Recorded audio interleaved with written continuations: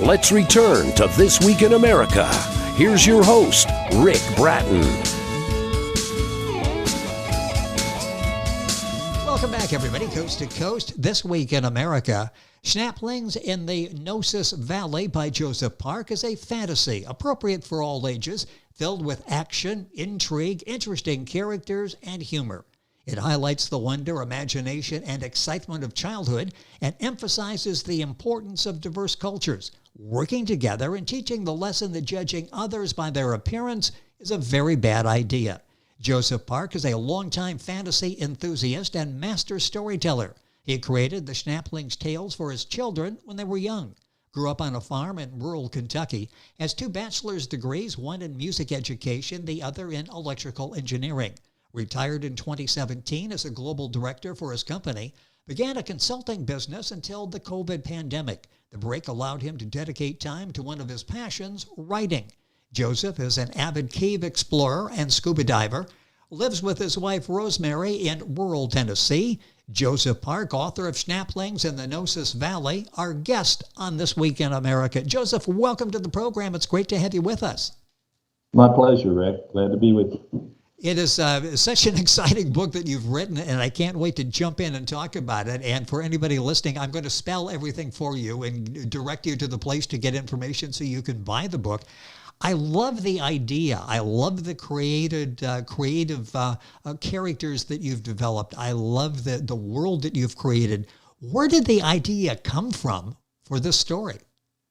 Well, when my children were young, Rick, I used to entertain them with fantasy stories that I created. And I created the Schnappling characters probably 35, 40 years ago. And I began telling the stories to my children.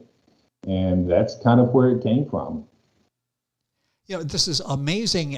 Knowing the background, as I'm reading through this, it's like, were you this elaborate in your storytelling? I mean, it took some crafting to tell this story. This isn't, the guy comes out of his house and he falls over the sidewalk type of thing. I mean, you've got different characters. They're interacting. They're in a different world.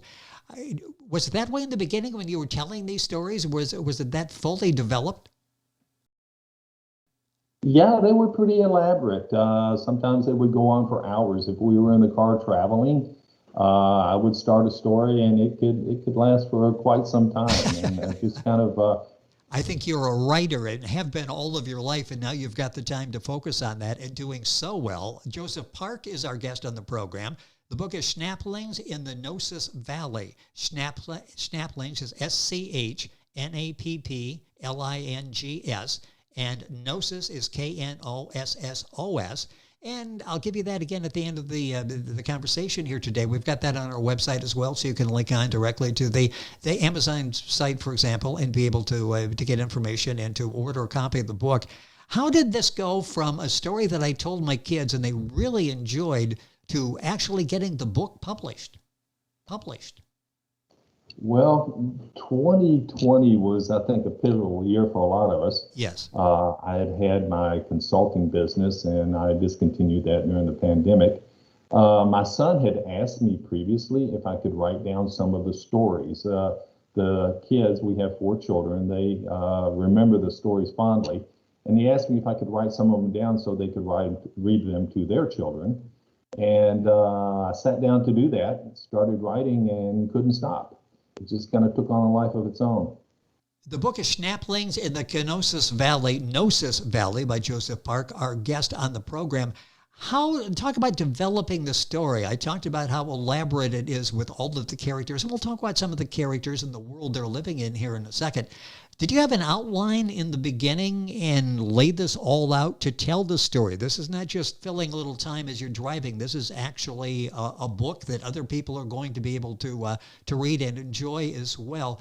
Did you have a strict outline in the beginning, or sort of let the characters develop as you were telling the story?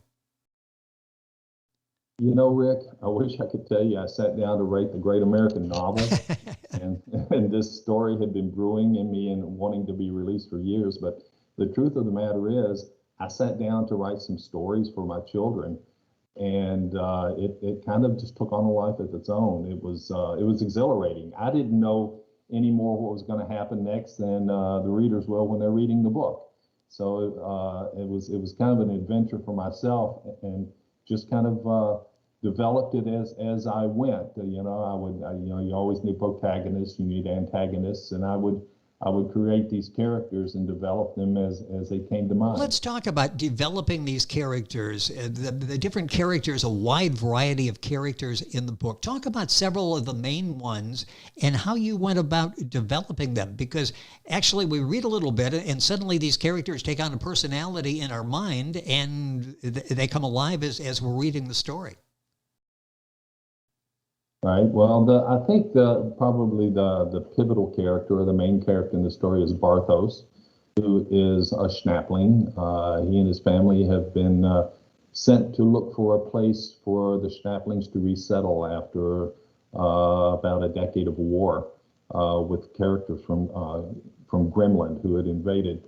So Barthos and his family, his two children and his wife are Schnapplings.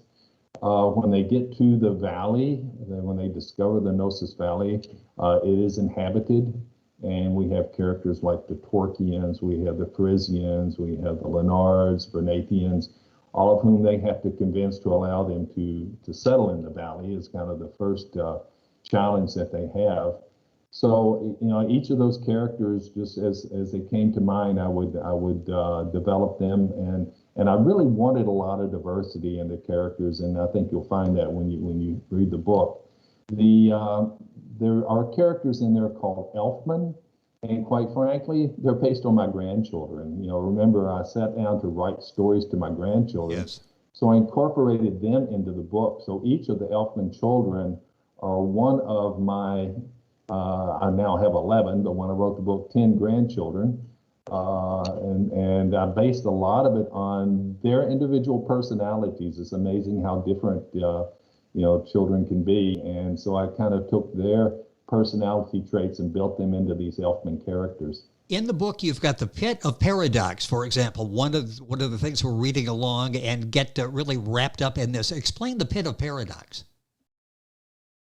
Yeah, the Pit of Paradox is actually a prison. Our antagonist, Gorthin, who is a wizard who had actually tried to enter one of these paradox realities. So in the book, one of the key things are the Elfman children teach the Schnappling children to enter different realities. The technique is learning how to be where you're not. And Gorthin, years before, was a wizard who had dabbled with these paradox realities, which are places you don't want to be. They're places where everything is a contradiction and it creates confusion and madness. And so Gorthin had been imprisoned in the Pit of Paradox along with these paradox realities. Had been trapped there for over 20 years when the book starts. The book is Schnapplings in the Knossos Valley by Joseph Park, our guest on the program. Schnapplings, Schnapplings. Knossos Valley is Knossos. The book is available, of course, Amazon, wherever books are sold, all of the usual places. And I understand a lot of exciting things are happening. For example, if you're in Frankfurt for the book show, you can get information and buy the book there as well. Two big things, Joseph, happening with the book. Talk about the Frankfurt Book Show. That's one of the major book shows, book exhibits, book expos in the world. Yes, I was pleasantly surprised. I was contacted by a publicist who had read and reviewed the book and have agreed to highlight it at the Frankfurt Book Show in October, which is, I think, the largest book show in the world. So that's all really quite exciting. I didn't really expect that kind of response. It just shows the international flavor of the topics, the themes that you address in your book. And then back here in the U.S., you've got USA Today, which has given you an honor and will be featuring your book as well. That's correct. I mean, that's amazing. In USA Today, and chosen as like one of basically a handful of books that they're going to focus on. That's correct. I understand it's one of the top 16 books that they've selected. So I'm excited about that. Well, the book is doing so well, and I'll give you all the information as we go throughout the conversation here. With all of these characters, is there a particular character that you most relate to? Maybe one that you started with or that you fondly developed as you were writing the story? Yeah, I thought about that a lot. There are so many characters, but I think probably the one that I relate most to is Boramth. Boramth is the son of Barthos. He's a young Schnappling. And quite frankly, there's a lot of me in this book. I grew up on a farm in the 60s, and whenever my cousin and I got together, there was always fun and there was always mischief. And I think I incorporate a lot of my impetuosity and curiosity, and that I think I demonstrated as a child into the character of Boramth. So if you read that, when you see Boramth, you're kind of going to see a picture of myself. When I Sort of like a young Joseph Park as you're reading the book Schnapplings in the Knossos Valley. How much fun has this been for you, and what are you, I'm going to say, most proud of? Because this is a great story. It's a compelling story. I mentioned a master storyteller, which you are, and there are themes to this as well. It's not just entertainment. It gets people thinking as they're reading the book, and you address a number of issues. What are you most proud of with the book?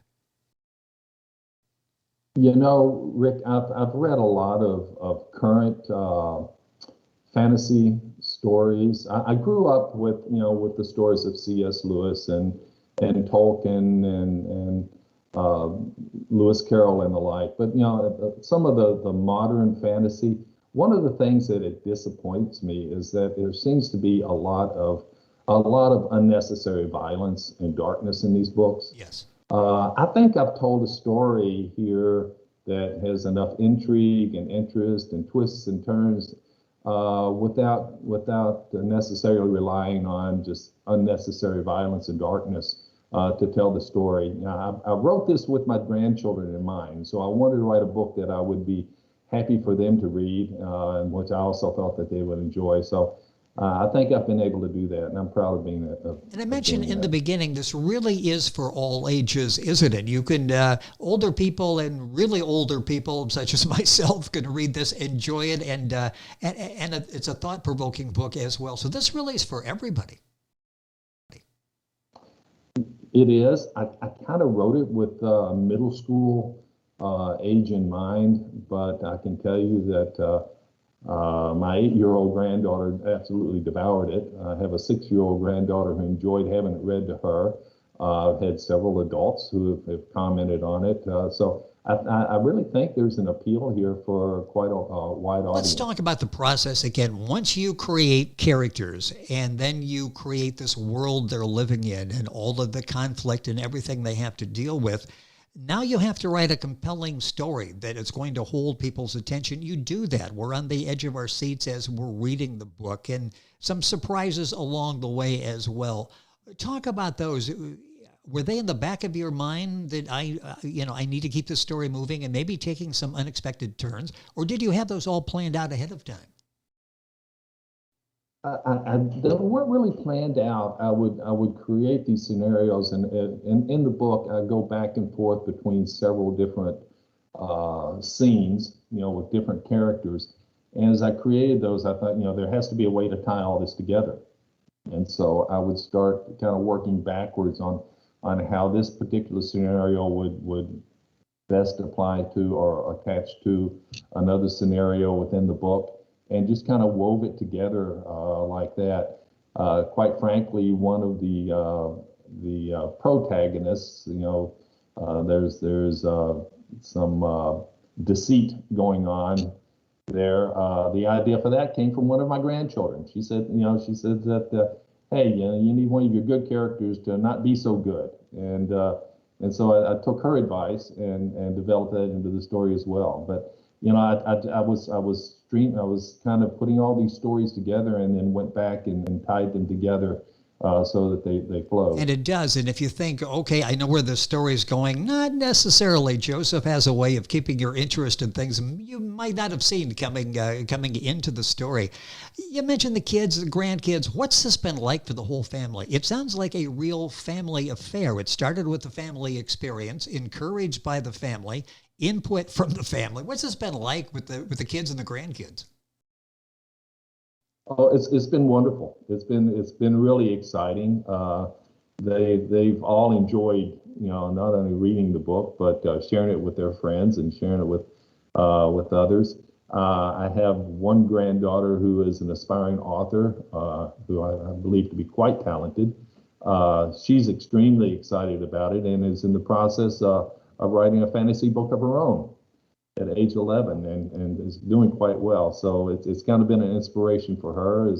And it's also good for my children, who are now adults with children of their own, to see kind of a renewal of the stories that they remembered, so fondly as I mentioned children. in the beginning the Schnapplings Tales. Is this the first of several that you're going to do? What are you working on now? I've got a lot of ideas, Rick. Good. And right now, quite frankly, I've started a second book that'll be a prequel. It'll tell the story. I mentioned Barthos earlier as one of the main characters. There's Christoph, who is a wizard that was raised by the Schnapplings, raised by Barthos' family when he was a child. And I think I'm going to go back and write a prequel that tells the story of Barthos and Christoph as children. And I guarantee there's going to be a lot of fun, probably some mischief along the way, and some interesting occurrences. So I've got a lot of ideas. I think I could turn this into a series. Well, I think you can easily. too. And from what I read with other readers, they're like, I hope this is the first, and we want to see where this goes. And there will be a sequel and a follow-up that Joseph will be working on. Talk a little bit about maybe sort of the underlying messages or themes. I touched on a couple in the beginning because you talk about diversity and working together. Talk about how you work that into the story.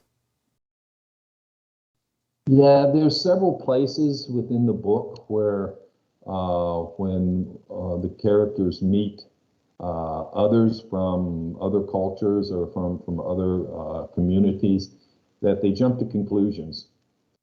Just based on their appearances or based on first impressions, and those generally turn out to not be true. And so they learn the lesson along the way that it's just really not a smart thing to do to judge people by their appearances, and they end up being quite good friends and working together. Even though their first impressions weren't always the best. A lot of exciting things going on for Joseph and coming up in the future. We mentioned the Frankfurt Book Fair, the one of the largest, if not the largest in the world, and watch, it'll be featured in USA Today. The book is Schnapplings in the Knossos Valley. That's Schnapplings, Knossos, Knossos Valley. Joseph Park is the author. Book available at Amazon, all the usual places. And it is a delightful read for the entire family. One that you can leave out. The kids can read and enjoy. Don't have to worry about taking little dark turns along the way, as Joseph mentioned. So many fantasy books seem to do now. Joseph, it's been a pleasure having you on the program. Hopefully we'll be able to do this again when the sequel is out. When do you think that may be published? I'm probably 3 or 4 months out. I'm working on it right now, so it's kind of a process. No pressure, but that's good. That could be out even yet this year. So we'll be watching for that, and we'll let you know. And if you go to the website, you'll see all the information there as well. Joseph, a pleasure having you on the program. Congratulations on all the success you've had with Schnapplings in the Knossos Valley. Thanks for spending some time with us on the program. Look forward to having you back with us. Thank you very much, Rick. I've enjoyed it. It has been our pleasure. Joseph Park with us on the program. Information, of course, on our website, thisweekinamerica.us. And we're back on today's program after these messages. This Week in America is online. You can visit our website, thisweekinamerica.us. Scott Pinkerton, associate producer of This Week in America. Jay Anderson, segment producer. Ben Watson, webmaster. Otto Bechet, director of engineering and TV production. This Week in America produced and is a trademark of Blue Funk Broadcasting, LLC. For information on all of our guests and to listen to this week's show, our website again at thisweekinamerica.us. And I'm Sean Bratton, executive producer of This Week in America.